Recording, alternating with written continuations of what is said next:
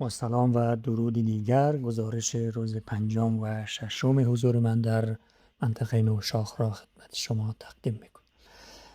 در روز چهارم شما دیدین که من از ارتفاع 6200 متری برگشتم. آن شب ساعت 6 به محل خیمه‌ام رسیدم. با حضور طوفان و باد و برف خیمه و وسایل خود را جمع کردم و تا 10 شب به سختی به پای ریج نوشاخ به ارتفاع نزدیک 5000 متری رسیدم و همونجا خیمه را برپا و استراحت کردم. صبح ساعت 6 و نیم 7 از خواب بیدار شدم. برای جستجوی آب به داخل یخچال رفتم و آنجا بود که شاهد طلوع آفتاب از ریج نوشاخ بودم و یکی از زیباترین تصاویر موجود از ریج نوشاخ را گرفتم. و بعد از صرف صبحانه و تهیه چای دوباره در دل یخچال‌های شرقی نوشاخ رفتم. با اینکه امروز قرار بود استراحت کنم و از دیروز خسته بودم، اما زیبایی‌های بی‌نظیر یخچال نوشاخ و شاخه راست و جنوبی قازده مرا به خود جلب کرد و این بود که تمام روز در داخل یخچال‌ها گذراندم.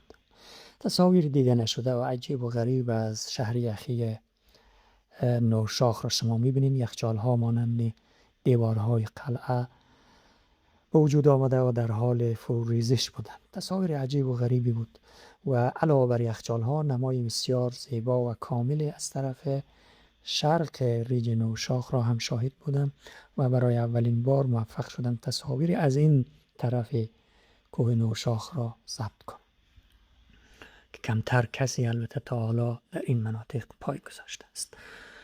محلی که ما در داخل یخچال‌ها قرار داشتم ارتفاعش حدود 5000 تا 5200 متری بود و از آنجا تا 7300 400 متری نمای یخچالی و دیواره سنگی کوه نوشاخ و خوبی قابل مشاهده بود و که همش یک دیواره افقی و بیشتر از 2000 متری را می‌دیدم. شما هم این قسمت از قله نوشاخ را می‌توانید اینجا ببینید. بعد از مشاهده این تصاویر قسمت‌های بالای یخچال قازده را تراورس کردم که پر از شکاف و خطر بود. در یک جا پایم در یک از اون شکاف‌های بسیار عمیق فرو رفت. خوشبختانه با دستم و پای دیگرم که بیرون بود خود را نگه داشتم و داخل فرو نرفتم. اگر کاملا داخل آن شکافی که حدود 10 متر و یا شاید بیشتر عمق داشت می افتادم دیگر تمام و هیچ کسی مرا پیدا هم نمی توانست. و هر صورت با این تلنگر راه بازگشت را پیش گرفتم و تا بعد از ظهر به محل خیمه خود رسیدم. البته در سیر راه دوباره از تمام یخچال ها و زیبایی های آن که اینجا می بینید قسمت بالای یخچال طرف راست و یا یخچال شرقی نوشاخ یا قسمت شاخه طرف راست قازده هست را می‌بینید که تا مرز پاکستان که یک گردنه هست کشیده شده است. البته یک راه صعود نوشاخ از همین گردنه و از این یخچال ها هست که فکر میکنم بار اول ژاپنی ها از همین مسیر موفق شدن که نوشاخ را فتح بکنن. من برگشتم به محل خیمه و وسایل خود را جمع کردم. راهی بیس کمپ شدم. آن شب در بیس کمپ در کنار رمضان و خیمه هایک ونچر خیمه زدم و با راحتی استراحت کردم. یکی از آخرین شب‌های اقامت من در بیس کمپ بود و قرار بود که فردا کسی از قازده بیاید و من وسایل خود را جمع کرده قازده و از آنجا به بدخشان و بامیان برگردم. اما صبح آن روز تا ساعت 8 و 9 که منتظر ماندم و شب قبلش کسی نیامد از قازده برخلاف قرار و برنامه‌ای که وجود داشت. این بود که من تصمیم گرفتم امروز هم یک مقدار به گردش خود در منطقه یخچال‌های غربی نوشاخ این دفعه و در ریج گنبد سفید را پیمایش کنم و از اینجا شاهد صعود دوستای هایک ونچر و قله نوشاخ هم باشم، چون شب رمضان به ما گفت که دوستان و مخابره خبر دادن که فردا تلاش میکنن که آخرین حمله خود را به قله انجام بدهند و آخرین روز و آخرین چانسشان برای صعود و قله نوشاخ است. این بود که من حدود ساعت 8:30 از بیس کمپ بلند شدم. با گرفتن این تصاویر تصمیم گرفتم که راه خود را به طرف ریج گنبد سفید ادامه بدم. وسایل کمی با خود داشتم و جز عصای دستم و یک مقدار آب و غذا چیز دیگری نداشتم و موبایلم که شارژ کرده بودم همراه. و از اینجا از طرف راست، دقیقاً اینجا که به طرف ریج اصلی میریم، ما به طرف چپ از این کنار این سنگ‌ها به طرف چپ از یک شکاف آبروفتی، از یک شکاف یخچالی بالا شدم. البته یخ نداشت، سنگ خالص بود و از اینجا بالا شدم تا ساعت حدود 9:09 به یک منطقه هموار و یک گردنه رسیدم که اطرافی از او یک منطقه هموار یخچالی و در واقع یک حوض یخچالی بود که عمدتاً پر از یخ و برف بود. من اونجا نشستم ضمن صرف چای و آب، نگاه کردم به ریج اصلی نوشاخ و در جستجوی دوستای هایک ونچر بودم. از کمپ 1 تا کمپ 2 تا کمپ 3 که برفی بود و واضح دیده میشد، من میتونستم با چشم خود ببینم، هیچ کسی قابل مشاهده نبود. و از اون بعد از حدود ارتفاع 6800 به بالا تا 7000 که دیواره سنگی هست، سیارن دیده میشد و در سایه هم قرار داشت و کسی را نمیدیدم و احتمال زیاد دوستای هایک ونچر در همون دیواره سنگی و قسمت سنگای سیاه در حال بالا رفتن بودن. از او بالاترم که یک پهنه برفی و ریج آخر نوشاخ است که هم سفید هست، پوشیده از یخ و برف است، هم کسی دیده نمیشد. روز آفتابی خیلی خوبی بود و هوا روشن و واضح.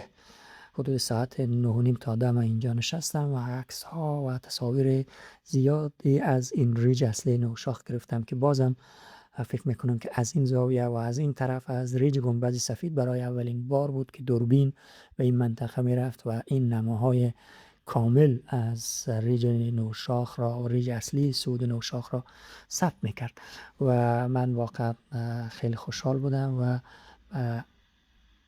جستجوی خودم ادامه میدادم. و از 9:30 به بعد به طرف ریج گنبد سفید که دیدم بسیار نزدیک معلوم شد. البته شیبش زیاد بود، قسمت های پایین نیمه سنگی نیمه برفی بود که من از اون سنگا گرفته بالا شدم، ولی قسمت های بالا کاملا از یخ و برف پوشیده شده بود. بله، کمی بالاتر که رفتم این ویوی کامل ریج نوشاخ را که شما الان میبینین، این عکس‌ها را از اونجا گرفتم. البته این منطقه هموار و حوض که در ارتفاع حدود 5500 متری هست را هم شما میبینین. واقعا این تصاویر خیلی زیبا بود و آفتاب که در ریج اصلی نوشاخ میتابید، هر چیزی، حتی جای پای افراد و جای پای خودم که روز قبل رفته بودم هم قابل مشاهده بود. تا ارتفاع 6500 متری به وضوح دیده میشد. از اون به بالا یک مقدار، چون اختلاف ارتفاع نزدیک 2000 متر بود و فاصله افقی هم 1-2 کیلومتر بود، چشم ما و موبایل ما زومش به اون قدر کافی نبود. اما ویوی کامل ریج نوشاخ واقعا زیبا بود و حیرت انگیز. من غرق این تصاویر بودم و این مناظر بودم و بلا فاصله شروع به عکس گرفتن، ویدیو گرفتن و ثبت و ضبط تصاویر و این صحنه ها بودم. البته یک ویدیویی از لکچر و سخنرانی ما هم وجود داره. دوباره در مورد صعود دوستای هایک ونچر هم تبصره کردم که اگر حالا تا ساعت 19 از دیواره سنگی بالا رفته، احتمالش هست که اینا موفق شود، ولی اگر تا حالا از دیواره سنگی بالا نرفته، چانسش بسیار کم است. و نظر ما البته اینه، در یک ویدیوی من تحت نام نوشاخ شماره 6 شما میتونین ببینین که من قبلا نشر کردم. بعد از ختم این سخنرانی که البته در مورد کرونا و مسائل دیگه هم بود، به راه خودم به طرف بالا ادامه دادم. حدود ساعت 10-11 دیگه کم کم از طرف پاکستان و چترال یخ برف و ابر و مه پیدا شدن. من در این منطقه که تنها موجود زنده بودم، ناگهان یک مهمان ناخوانده، یک شاپرک سفید در کنار من آمد، بر روی دستکش من نشست. این یک نوید بود برای من از حیات در این منطقه واقعا عجیب و غریب و یخچالی، و از طرف فراجیل بودن و آسیب پذیر بودن خودم و موجودات زنده را در این منطقه بسیار خشن هم یادآوری میکرد. این یک لحظه بسیار کوتاه بود و شاپرک هم پرواز کرد و رفت و شاید به ابدیت پیوست و من هم راه خودم را به طرف بالا ادامه دادم. صخره‌های سنگی را یک پشت سر دیگه البته به آهستگی بالا رفتم. همیشه چشمم به طرف ریج نوشاخ بود. هر تغییری که پیش می آمد، هر قدمی که بالا می رفتم، یک عکس، یک تصویری ثبت می کردم. تا حدود ساعت 11 و نیم 12 که من به نزدیک ارتفاع 6000 متری رسیدم و صخره‌های سنگی هم کم شد، ابرها و مه و غبار در ریج اصلی نوشاخ از ارتفاع 600 و 800 900 متری، یعنی از دیوار سنگی به بالا، زیاد شد و تقریبا این کوه نوشاخ را فرا گرفت و این البته یک زنگ هشداری بود برای ما که این هوای طوفانی و این ابر میتونه برای دوستای ما در اون ارتفاع بالا مشکل ایجاد بکنه. از اون بعد من بعد از دیوارهای سنگی تصویر واضحی را ندیدم. واقعا تا از قبل ما هیچ کسی را در این مناطق ندیدم، نه در تصاویر ما ثبت شد و از اون بعدم که ابر رو می آمدم چیز قابل مشاهده نبود. من همچنان راه خود به طرف بالا ادامه میدادم. البته خسته نبودم، خیلی راحت میرفتم، اما راه سخت شده بود. شیب منطقه خیلی زیاد شده بود، منطقه یخ و برف هم سخت بود که پیدا کردن جای پای مناسب که نلغزم به طرف پایین دشوار بود. ولی بعد از ساعت 12 حدود ساعت 1 و 2 بعد از ظهر شد، خوشبختانه چون آفتاب رخ بود منطقه برف ها یک مقدار نرم شد و این بود که من با چکمه و کفش خود میتونستم به راحتی جای پای پیدا بکنم. و در قسمت های بالای 6000 متری که رسیدم دیگه مسیر مستقیم به طرف بالا را رها کردم و یک کمی به طرف چپ تراورس کردم به طور مایل با زاویه کمی به طرف یکی از شاخ ها، یکی از ریچه ها، یکی از اون 9 تا شاخ که نوشاخ با اون منسوب هست در ریج گنبد سفید ادامه دادم که نام نوشاخ از همین 9 تا شاخ یا 9 تا شق کوهی است که به صورت بند انگشتی به صورت 9 تا شاخ دیده میشه که 5-6 تاش در همین گنبد سفید است، 3-4 تای دیگه هم در خود ریج اصلی نوشاخ هست و از جمله قله های در 7300 متر، 7400 متر و 7492 متر که کلا این 9 تا شاخ یا 9 تا شاخ را میسازن. من راه خود را ادامه دادم و البته سرعتم بسیار کم شده بود، یعنی از ساعت 1 بعد از ظهر تا ساعت نزدیک 4 بعد از ظهر من تقریبا در حال همین تراورس بودم. هر جای پای ما برای تقریبا میکندم 1 دقیقه چند ثانیه طول میکشید و بسیار سرعتم کند بود، اما رها نمیکردم.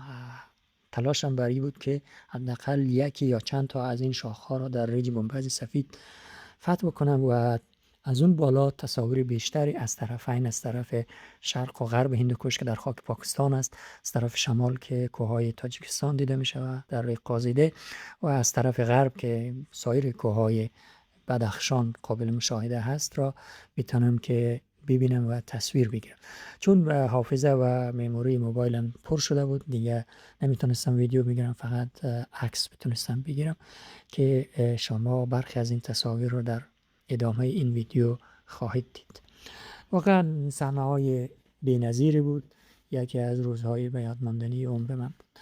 درست است که من به قله نوشاخ بالا نشدم، اما از این منطقه، از بالای ریج گنبد سفید، تمام هندوکش را تقریبا میشد دید، از غرب هندوکش تا مرکزش، تا شرقش، تا غربش، تا طرف پاکستان، تا او طرف تا کوههای پامیر در خاک تاجیکستان، همه را ما میتونستم اون روز در این منطقه مشاهده بکنم. واقعا در پست خود نمی گنجیدم. تا ساعت 4 همونجا به راه هم ادامه دادم. تصاویر زیادی از ریج اصلی نوشاخ و از ریج گنبد سفید گرفتم و بلافاصله ساعت 4 بعد از ظهر که هوا ابری و طوفانی شد و بارش و برف طوفان به هم نزدیک شده بود، بلافاصله